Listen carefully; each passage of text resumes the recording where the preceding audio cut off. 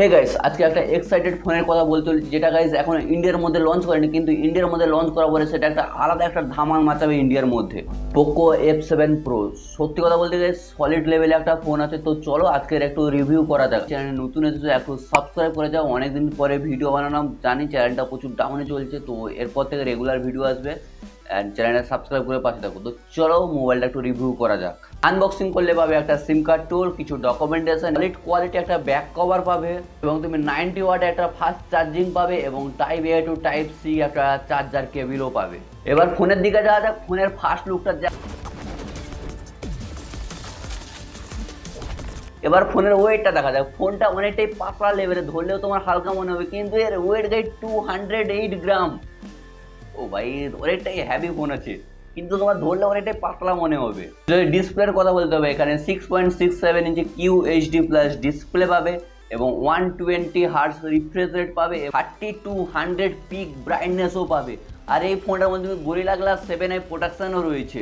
Processor, যেটা guys এই ফোনটার মধ্যে সলিড কোয়ালিটি প্রসেসর রয়েছে। যারা গাইজ গেমিং করলে তার ফোনটার মধ্যে প্রো লেভেলের গেমিং করতে পারে। স্ন্যাপড্রাগনে 8 Gen 3 ওয়ালা প্রসেসর দিয়েছে, যার অ্যান্থুতো স্কোর 2 মিলিয়নের ওপর রয়েছে। তোমার LPDDR5X র্যাম টাইপ পাবে, এবং UFS 2.1 টাইপ পাবে, এবং তোমার 6000 অ্যাম্পিয়ারের ব্যাটারি পাবে, যেটা কিনা তোমার সাপোর্ট করবে 90 ওয়াটের একটা ফাস্ট চার্জিংকে। দেখতে গেলে তোমার 70 থেকে 80 মিনিটের ভিতরে ফুল চার্জ কমপ্লিট হয়ে যাবে। যদি তোমার ওএস এর কথা বলতে হয়, এখানে তোমার হাইপার ওএস তোমার 15 সাথে আসবে, এবং ইন্ডিয়াতে লঞ্চ করার পরে এটা তুমি 4 বছরের জন্য মেজর আপডেট পাবে, এবং 5 থেকে 6 বছরের জন্য এটা তুমি সিকিউরিটি আপডেটও পাবে। আর এই ফোনটার মধ্যে তোমার অনেকগুলো AI ফিচারও রয়েছে। তারপরে তোমার সেন্সারের কথা বলতে হয়, এই ফোনটা তুমি আল্ট্রাসনিক সেন্সার পাবে, এবং তোমার ফেস লক পাবে। সব সেন্সারের মধ্যে তোমার সাপোর্ট রয়েছে, কোনো অসুবিধা নেই। তোমার ক্যামেরার কথা বলতে এখানে তুমি 50 মেগাপিক্সেল তুমি মেন ক্যামেরা পাবে, এবং আল্ট্রা ওয়াইড ক্যামেরা তুমি 8 মেগাপিক্সেল পাবে, এবং ফ্রন্ট ক্যামেরা তুমি 20 মেগাপিক্সেল পাবে। প্রাইমারি যে ক্যামেরা রয়েছে সেটা কাছে অনেকটাই ভালো কোয়ালিটির ফটো এখানে ডিজার্ভ করে। সলিড আছে, মানে ফটোর অ্যাঙ্গেলও তোমার সলিড আছে, অনেকগুলো তোমার ভালো কোয়ালিটি তোমার ফটো এখানে শ্যুট করে দেবে। আর যদি ভিডিওগ্রাফির কথা বলতে, তোমার ব্যাক সাইডে রয়েছে 4K 60 FPS সাপোর্ট নেবে, এবং তোমার ফ্রন্ট সাইডে তোমার 1080 60 FPS তোমার সাপোর্ট পাবে। আর এই ফোনটার মধ্যে তুমি IP68 সার্টিফিকেট দিতে পাবে, কোনো অসুবিধা নেই। জলে বলো কাদায় বলো, যেখানে তুমি মাখা দেওয়ার কোনো অসুবিধা নেই। তোমার কানেক্টিভিটির কথা বলতে এখানে তুমি 16টা 5G ব্যান্ডে কানেক্টিভিটি পাবে, 4G ভোল্টেজ সাপোর্ট পাবে, Wi-Fi 7 এর সাপোর্ট পাবে, এবং ব্লুটুথ 5.4 এরও সাপোর্ট রয়েছে। সব কানেক্টিভিটি তোমার এখানে রয়েছে। আর ফ্রন্ট সাইডে তুমি গরিলা গ্লাস 7i প্রোটেকশনও পাবে, কোনো অসুবিধা নেই।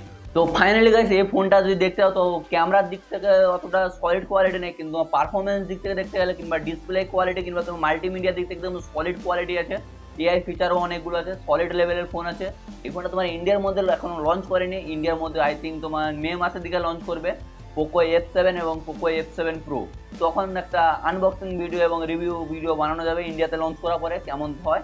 আর এই ফোনটা তোমার যত সম্ভব 35 থেকে 40-এর ভেতরে তোমার লঞ্চ করতে চলেছে। তো দেখা যাক ইন্ডিয়ার মধ্যে লঞ্চ করার পরে ফোনটা কি হয়।